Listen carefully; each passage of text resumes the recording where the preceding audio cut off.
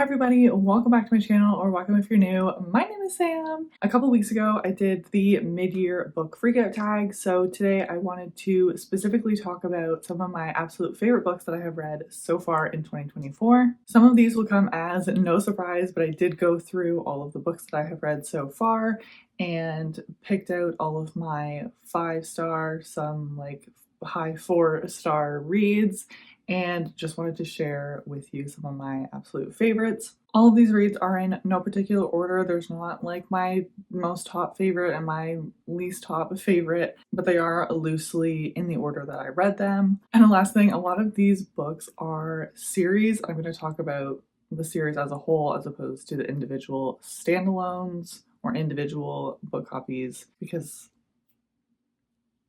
I can't help myself. So the first books that I want to talk about should come as no surprise, but that is the Chestnut Spring series by Elsie Silver.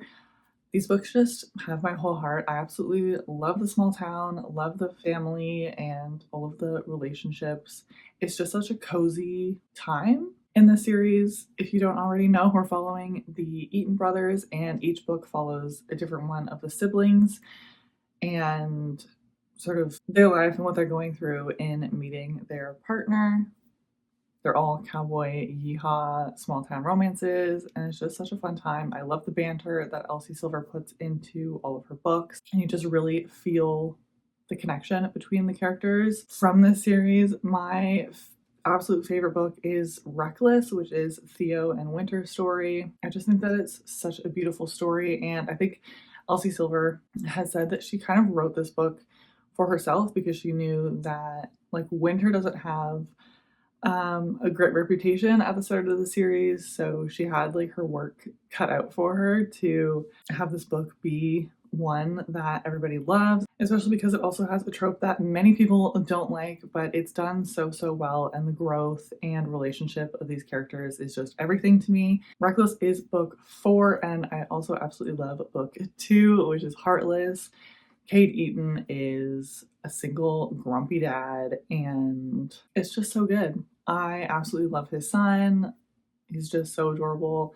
I find that sometimes kids are not done super well, but I feel like in this case, Luke is done phenomenally, and I just absolutely love the series with my whole heart. I've said it over and over and over again. I cannot wait to read more from Elsie Silver. The next books that I want to talk about is the Magnolia Parks series. I have read the first 3 books, and I feel like the 3rd book has to be my favorite so far. I really wasn't sure if this was going to be a series that I was going to enjoy when I was first hearing about it, because this series is extremely messy and toxic. The characters are horrible to each other, and the best thing that it can be compared to is like a London, UK based Gossip Girl. If you don't already know, this series follows essentially 2 main characters. We have the Magnolia Parks books, and then we also have the Daisy Hates books, but they all sort of follow a full group of friends who are like rich London socialites and just sort of hang out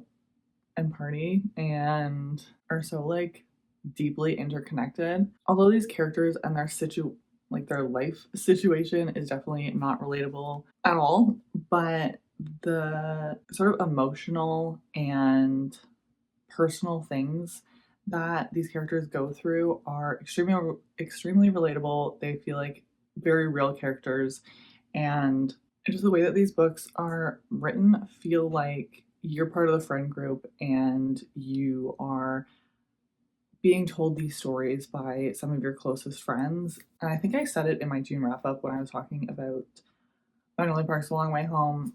These books feel like a different 5 stars to me because like I just feel like I'm talking to my best friends, and I just want to give these characters just the biggest hugs for everything that they go through.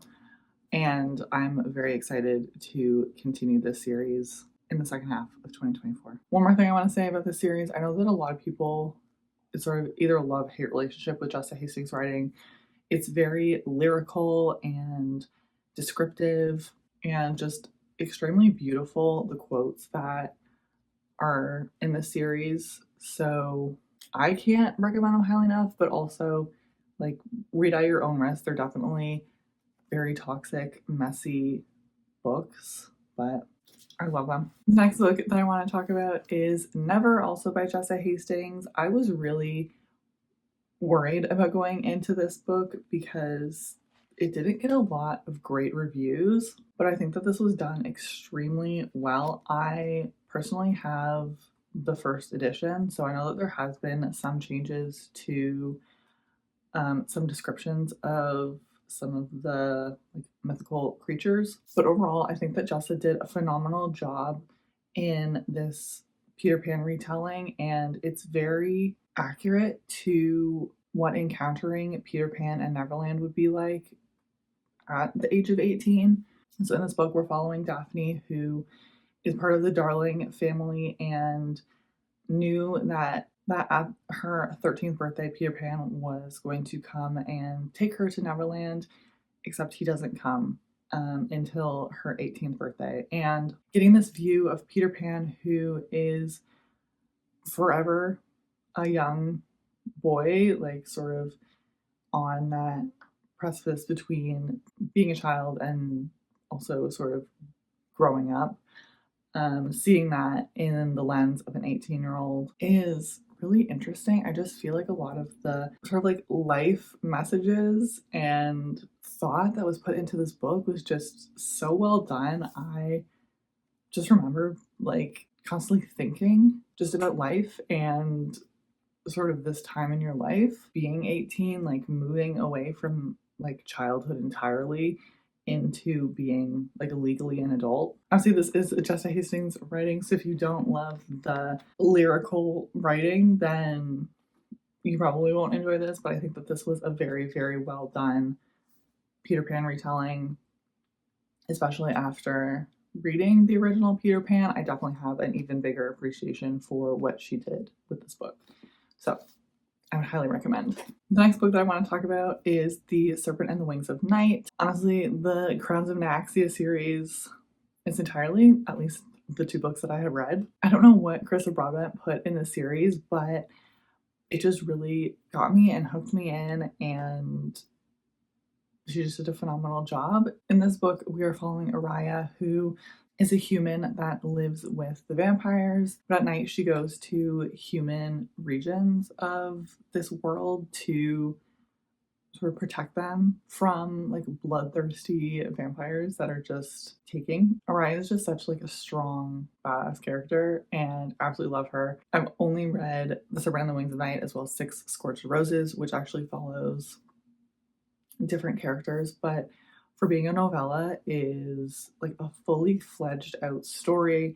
Like I feel like you weren't missing any information, and it was such a beautiful, beautiful romance. I'm a Buffy the Vampire Slayer girl, so anything vampire romance situation is definitely up my alley, and this involves magic and trials and vampires. It's just so much fun, and cannot wait to continue into this world very soon. So if you haven't picked up this series yet, I would highly recommend. Next, I want to talk about the Vicious Lost Boy series by Nikki St. Crow. This is a very dark fantasy romance Peter Pan retelling. Emily and I did a lot of Peter Pan buddy reads so far this year, and this one was amazing as well.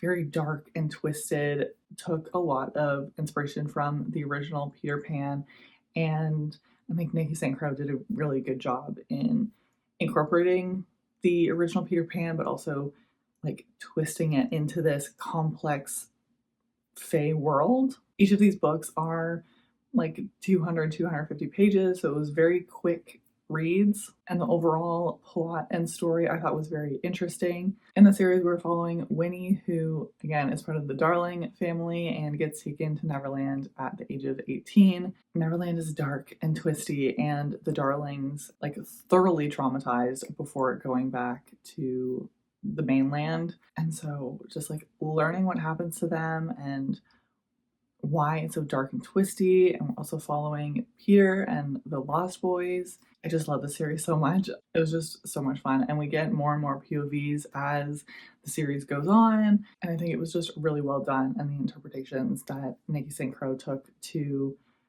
create this world in the series. Next, I have Hanford Prep by Jay Bree. This is a 4-book series, but I ended up reading the bind up, and I think I had a much more enjoyable experience reading it that way.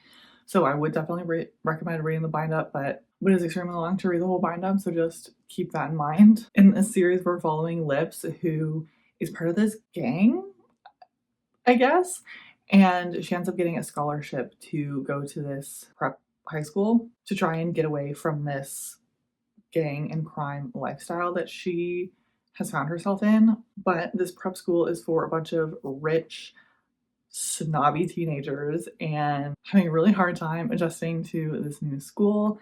And I don't know, just the relationships and sort of like gang and mafia background of this series is just so much fun. And like I said, the relationships in the series are everything to me. Sort of that like found family feeling, which will get me every single time. When I finished this series, I did not know what to do with myself.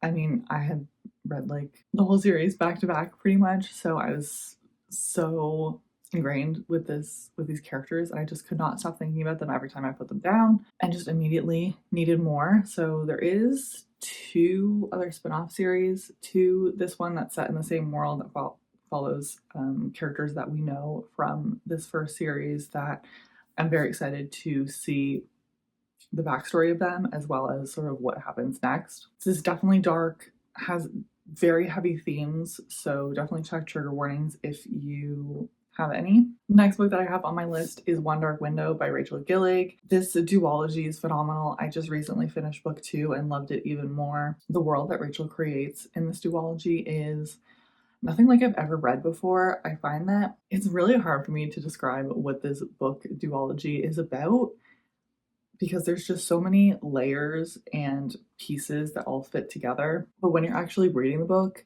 the way that it's written makes so much sense and it's so easy to understand. You get fed pieces of information in little bits, so it really sticks with you and you're able to learn that piece of the plot and the world really well. So I'll try my best to give a little summary of what this is about. We're following Elsbeth, who lives in a world where magic is banned except for the use of these Providence cards, which are essentially like a deck of cards, and each type of card gives you a different power or ability. There's also a section of the land that is covered in mist, and if you get caught in the mist, you will be cursed with magic, which is banned. So Elsbeth has the secret that she's been keeping and joins forces to try and get rid of the mist. And just the characters and the relationships formed in this series, as well as just the way that the world is written, just like totally consume me. I think this is a phenomenal duology, and I believe it's also on Kindle Unlimited now, so there's really no excuse to pick this up. The next book that I want to talk about is In the Weeds by B.K. Borison. This is just such a cutie little romance. This is part of the Lovelight series, which I've talked about this before. I didn't love book 1, but this is book 2, who's following Beckett, who is the farmer of the little Lovelight tree farm. In this book, we're also following an influencer who has been feeling some burnout and just wants to sort of like re-find herself in this small town, and just the relationship and connection of these 2 characters was just like exactly what I needed at that time. I think this is one of those books that was just right book, right time for me and just really hit me at a time that I needed it. This book is just such a cutie little romance, and I had such a fun time. Again, small town vibes, like close-knit friendships, and the little animals that are described in this book were everything to me. So definitely would recommend this one as well. This is part of a series, but it's like an interconnected standalone series. You could in theory read this book on its own, but it does make sense to read them in order. And each book in the series is set in a different season, so it's been really fun to go through and read each one for the season that it's part of so far. So I definitely need to pick up the next one here really soon so I can read it before summer's over. Book number 9 I have to talk about is Happy Place by Emily Henry. This book really hooked me in. The relationship between Wynne and Harriet Like, you can feel it coming off the pages. I feel like this romance was extremely realistic to a lot of experiences that people have. And the friendships in this book, again, were everything. I'm a sucker for a good found family, strong friendship trope. In this book, we're following Harriet and Wynne, who recently separated, but their friends don't know yet. And every year they go to one of their friends' summer houses. And with some bad news that the whole friend group recently got, Wynne and Harriet don't want to ruin the mood even more by sharing that they're no longer together. So they pretend for the week that they're still in a relationship. And this was just so good. I will say I sort of expected more to be happening at the climax or the conflict in this book, but it was really realistic, so I can't necessarily fault it too much for that. But this wasn't quite a 5-star for that reason, but I still absolutely love Emily Henry's books, and I think she does a very phenomenal job at making real characters in like real situations. And last but not least, I want to talk about Queen of Roses by Briar Bolin. This was so much fun. This is the first book in a fantasy romance series following like a King Arthur retelling. In this book, we're following Morgan, who is the eldest daughter of the king, but is not allowed to be the heir because she has no magical powers. And she ends up going on a quest for her brother Arthur. I don't want to say too much more about it because I really went into this book with no knowledge or expectations of what this book was going to be. And it was so fun to just sort of see what was going to happen. Definitely has some of the like first book in fantasy series syndrome. There's a lot of setup, and at times it was a little slow, but I can definitely see that the rest of the series is going to get phenomenal. I just can't wait to see what happens with the characters and the different relationships that are formed in this first book. So if you haven't picked it up yet, I would highly recommend. It was a lot of fun. Well, those are the 10 books or series that I really wanted to talk about that are just my absolute favorites that I read so far this year. Let me know down below what some of your favorite books that you have read so far this year. I would love to chat with you, and I would love to add to my TBR as per usual. I hope that you have a great rest of your week, and I'll see you in the next one. Bye!